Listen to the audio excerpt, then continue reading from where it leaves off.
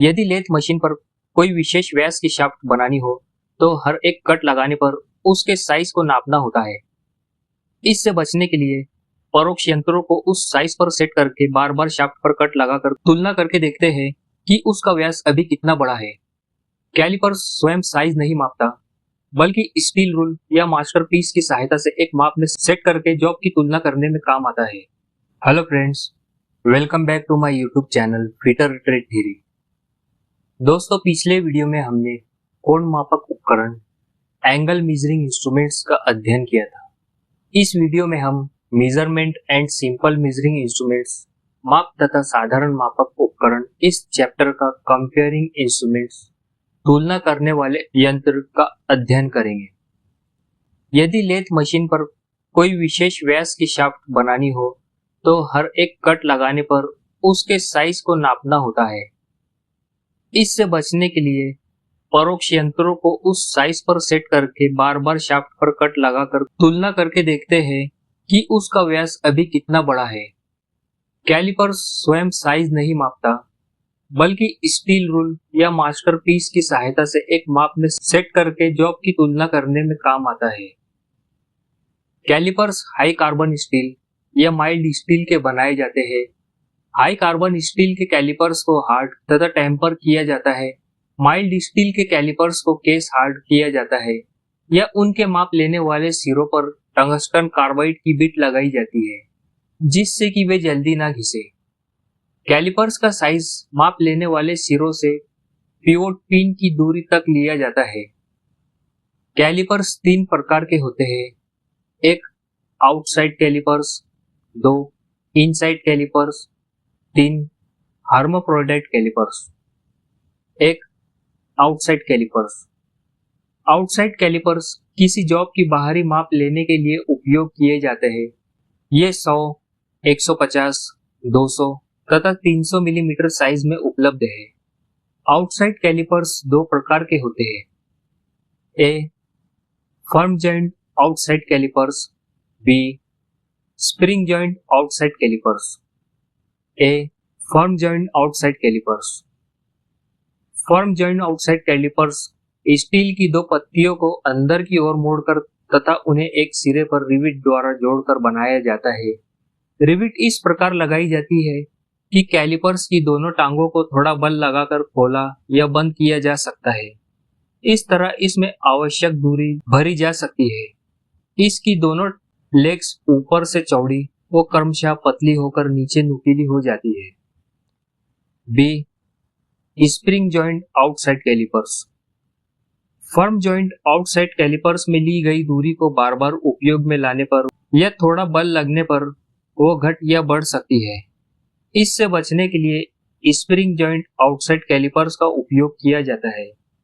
Spring joint outside caliper की दोनों legs के ऊपरी भाग में खांचा यानी ग्रूव देकर एक रिंग स्प्रिंग लगाया जाता है तथा उनके मध्य में एक लीवर डालकर दोनों लेग्स को कसने के लिए स्क्रू लगाया जाता है। इस स्क्रू पर लगे नट के द्वारा हम दोनों लेग्स के मध्य वांछित दूरी सेट कर सकते हैं।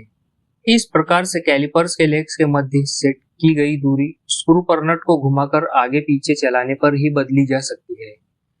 कैलिपर्स द्वारा माप लेने पर इसमें भरी गई दूरी बल लगने पर भी नहीं बदलती। इसे एक बार माप सेट करने पर उसे बार बार उपयोग में लाया जा सकता है। 2, इनसाइड कैलिपर्स।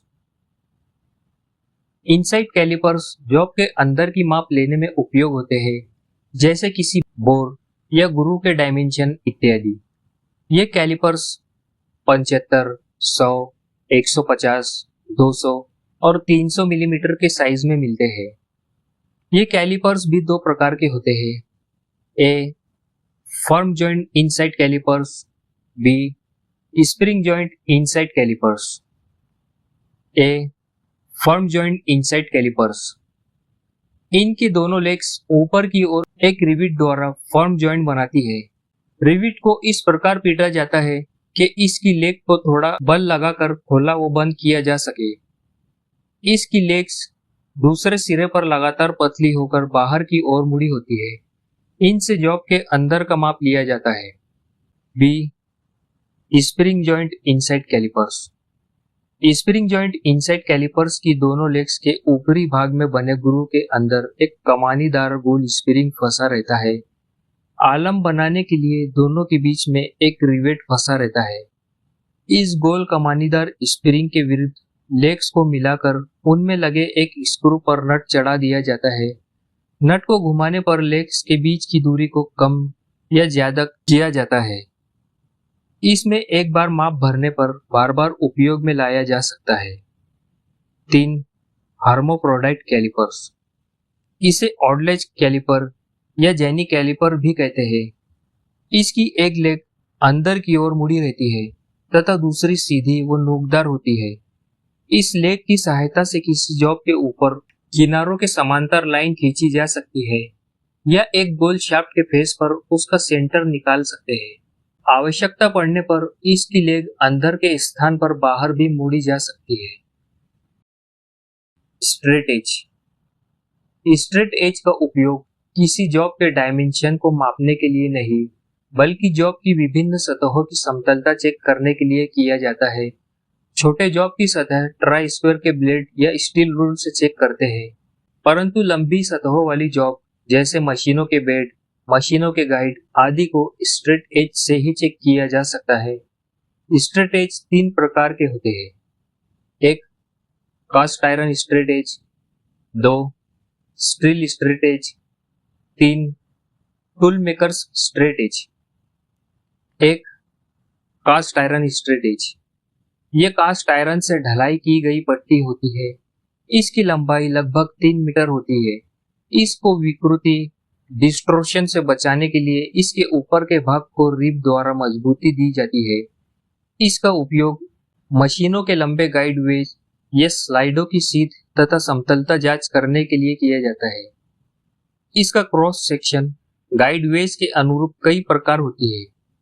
जब सरफेस तथा स्ट्रेट एज के बीच का गैप अधिक हो तो डेविएशन करने के लिए फीलर गेज का उपयोग किया जाता है। 2. Steel straight as.